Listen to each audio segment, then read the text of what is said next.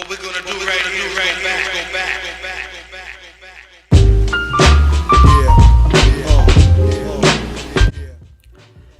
Hey guys, what is up?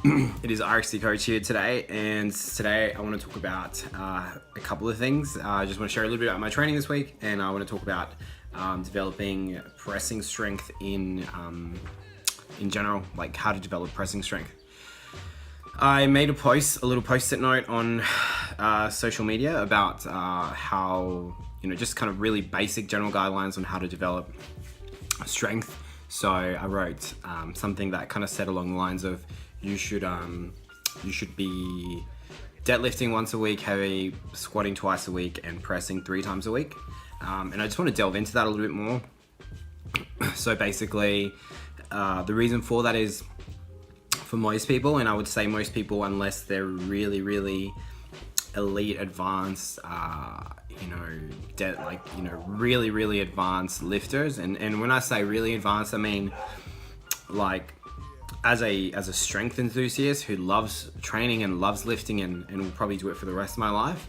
Like, I'm not sure that I'll ever be able to call myself in that category, because I have an appreciation, I have an understanding of how much difference the amount of work is that proper power lifters or strength athletes would be putting into their lifts to change the ratio that I'm going to be talking about.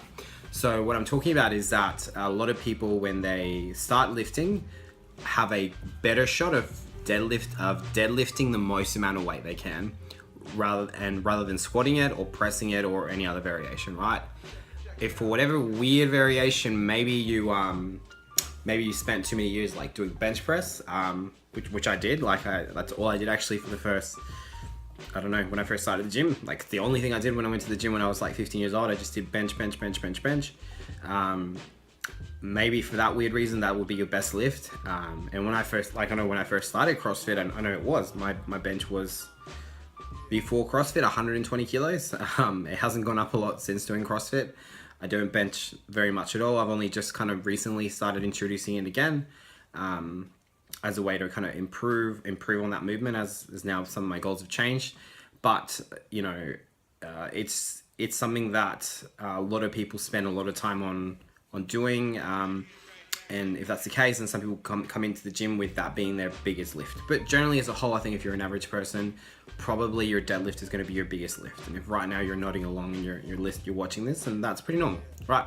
So I think one of the things to understand about that is that if you can lift the most amount of weight with a movement, that movement is going to cause the biggest fatigue on your central nervous system. Now, this is often explained as your CNS. Now, your central nervous system, or the way that a big lift affects that, is that you have your musculoskeletal system, which if you can just think of like as your general muscles, and then you have your central nervous system. And your central nervous system, when that gets fatigued, that takes a longer time to recover than your muscular system would, right? So let's say you get some sort of muscle soreness, you might be sore for a few days. If you get if you really fry out your nervous system, you might be sore, you might not be sore, but you'll be fatigued for maybe a few weeks.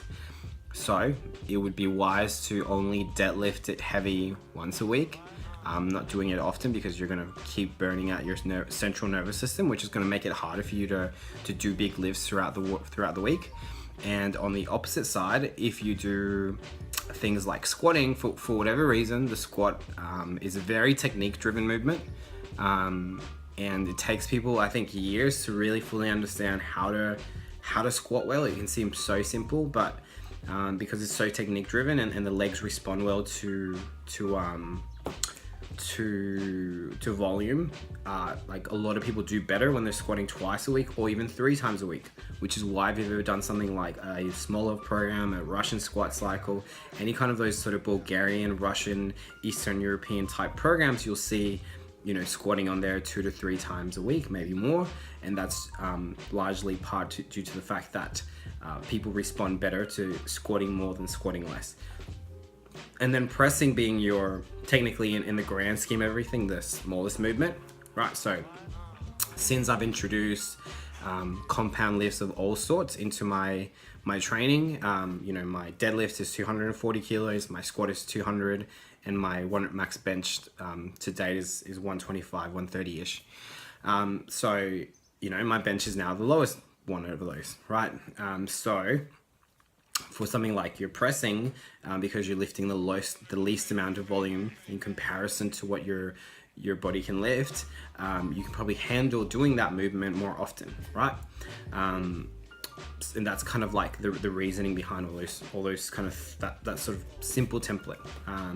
So something that I've been playing around with, that I thought I would share is, you know, just I've been playing around a lot with shoulder pressing as such, and like how to improve that, how to make that go up, trying different things. And some things that I've really found that have been really helpful is like negatives at a heavy weight. So on a shoulder press, you can push press a really heavy weight. So what I've been doing is I've been working through, as I do my push presses at a heavier weight, like in my strength sessions, I control a weight that I can't yet like press as my 1 rep max. And that's been something that's been really helpful, because now when I've gone and attempted a new 1RM, I've felt a lot more confident with that weight, and there isn't that psychological barrier which exists really often when you're doing some form of weightlifting or weight training, which I don't think people address enough. So that's kind of like something that I would get you to try and do, and get you to think about when you're trying to improve your 1RM when it comes to a press and things like that. And that's really kind of it. Training this week was really good. I really enjoyed it. I had a good training week. Things of note, I've avoided like trying to attempt PRs on lifts for a while. Mostly I'm just scared. I'm scared of failure, and I just, you know, I've been trying to focus on the longer picture of training. I've decided to try and push my strength more, as this whole year, I guess, has been more devoted to lifting weights than doing conditioning. I've been really playing around with this concept of cross building, which is basically doing CrossFit and bodybuilding style workouts together. And that's been really enjoyable. I've really been enjoying that. And most of my pressing has gone up. So yeah, I just thought I'd share some of the cool things that have happened there. So at the start of this video, you would have seen my new 1RM strict press, which I was really happy with. And at the end of this video, you might see a little montage of some other stuff. Like I think I can finally do an entire a full depth handstand push-up, basically on parallettes. So I can finally get my head all the way through parallettes to the shoulders, and then press myself up onto the bar. And the reason why I share this, the reason why I created this challenge, the reason why I'm a coach, and I don't think I explain that often enough, is I couldn't do most of these movements when I first started.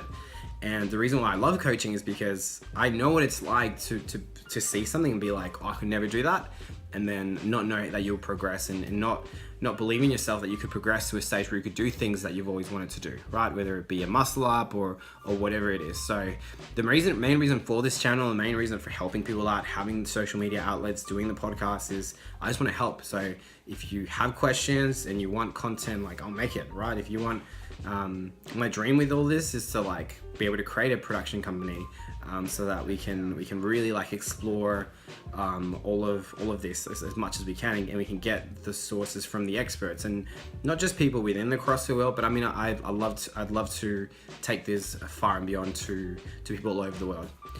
I partly said that just then as well, so I could have it as a public something that I've said out loud, so that when I do accomplish it, if I do, and I'm not sure if I will, but I'll try and I'll give it my best, that I can look back on it, and you can look back on it. So yeah, anyway, that's all for me today, guys. Thank you for listening to my ramblings. I appreciate it. If you like the channel, subscribe, and peace.